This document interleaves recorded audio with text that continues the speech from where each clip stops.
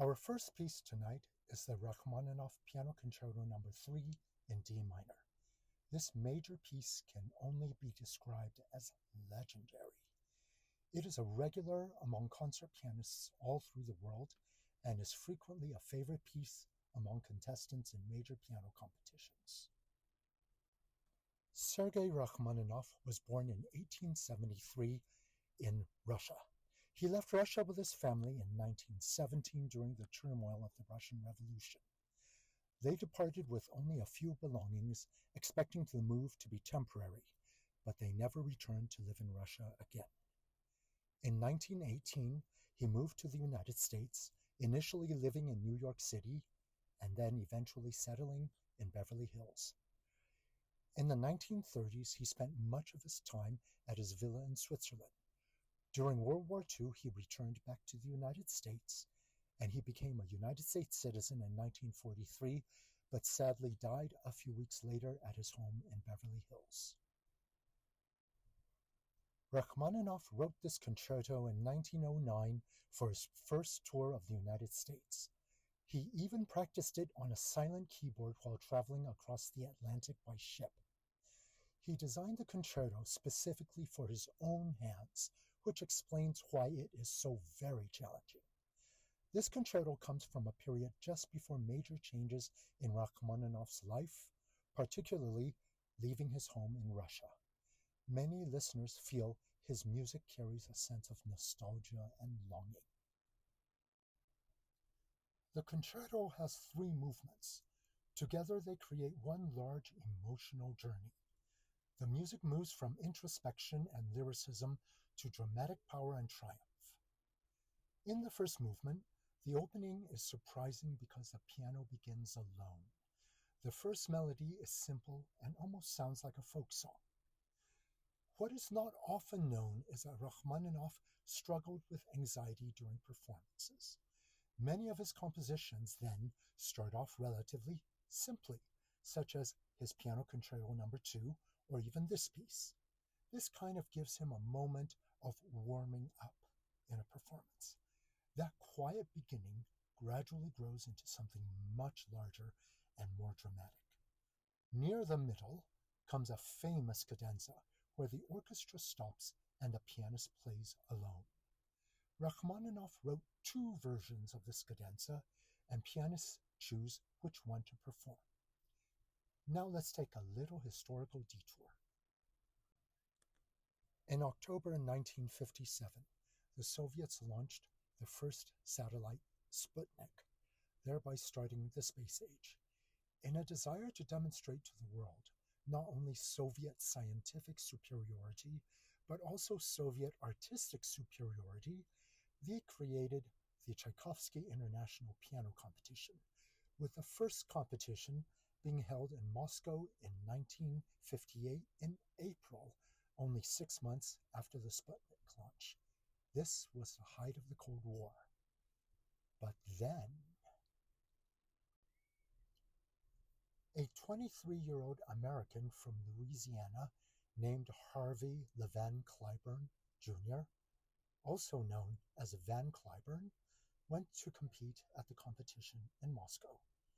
Again, this was the first competition created by the Soviets to demonstrate their artistic dominance.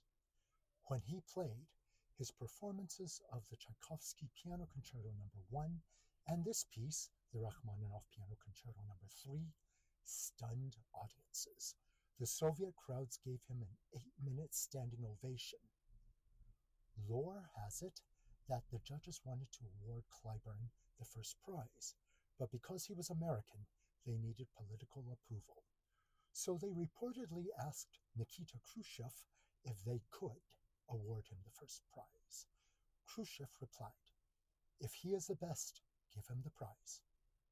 There are famous pictures of Khrushchev congratulating Cliburn afterwards. His win became a major cultural diplomatic moment between the United States and the Soviet Union. When Cliburn came home, he received a ticker tape parade in New York City. Cliburn was treated like a hero in both the United States and in the Soviet Union. Now let's get back to the cadenza. One version of the cadenza features massive thick textures, powerful orchestral sonorities on the piano, and a highly dramatic and heroic character. It's often described as symphonic piano writing. Musically, it feels like a huge emotional climax, almost as if the piano becomes the orchestra.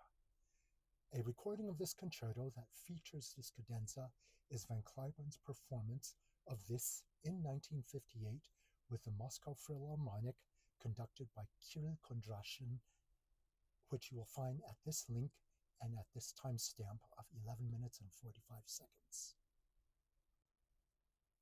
And here is another short detour. About the conductor, Kirill Kondrashin. In 1978, while touring in the Netherlands, he defected from the U.S.A. and was immediately banned in Soviet media afterwards. The other version of the cadenza is the original version that Rachmaninoff wrote and most often performed himself. It is more linear and has flowing textures. It has greater transparency and clarity, and the writing is much more contrapuntal with interweaving musical lines. It is less physically massive, but still extremely difficult. In fact, many pianists find this cadenza much more difficult. It is much more lyrical and refined in character, and the version feels much more intimate and musically integrated into the movement rather than overwhelmingly dramatic. You can find a recording of Rachmaninoff playing this cadenza at this link and timestamp. The second movement provides contrast and feels lyrical and reflective. There's a beautiful conversation between the piano and the orchestra. Some moments of it feel almost dreamlike and intimate. Towards the end of the second movement, the intensity builds again, and the music then flows directly into the finale without stopping. The finale begins with energy and urgency. It combines dazzling virtuosity with sweeping melodies. Themes from earlier movements return, creating unity across the whole piece. The ending is thrilling, with piano and orchestra racing toward a triumphant conclusion.